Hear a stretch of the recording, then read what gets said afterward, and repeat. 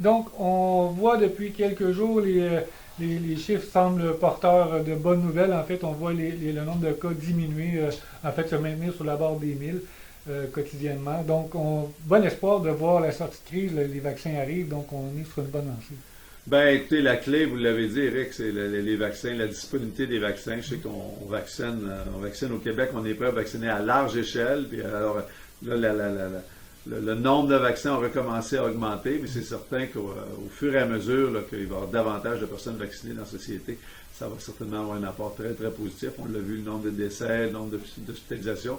Mais encore là, comme le disait le ministre de la Santé, il faut être sur nos gardes parce qu'il y a différents variants, il y a des mutations du virus et tout ça. On n'est pas au bout de nos peines encore. On peut voir un peu de ciel bleu, là, mais on n'est pas au bout de... L'hiver n'est pas fini encore. L'hiver n'est pas fini. Non. Sur une note positive, en fait, on peut espérer le mieux. Effectivement, les variants seront considérés à mesure qu'ils seront connus. La situation est telle qu'elle est aujourd'hui. On voit quand même la période, je vais me couper là pour moi, la période, comment ça s'appelle, la relâche.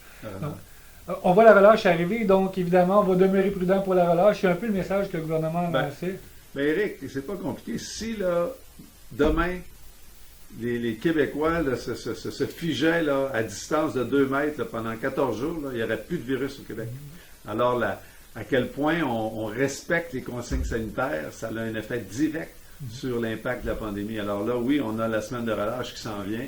Les Québécois, ils ont un environnement. Écoutez, il y a des activités qui sont permis d'être faites, tout ça. Ils vont pouvoir quand même profiter avec leurs enfants. Mais plus les gens vont s'en tenir aux mesures sanitaires, vont s'en tenir aux mesures de distanciation, mais plus ils vont s'en tenir aux mesures de distanciation, plus ça va être des bonnes nouvelles là, pour les Québécois. C'est ça qu'on demande, la solidarité, du soutien, puis de s'en tenir là, aux demandes de la santé publique. Puis après ça, on va avoir des jours meilleurs. Là. Monsieur Lamontagne, merci beaucoup. C'est un plaisir, Eric. Au plaisir.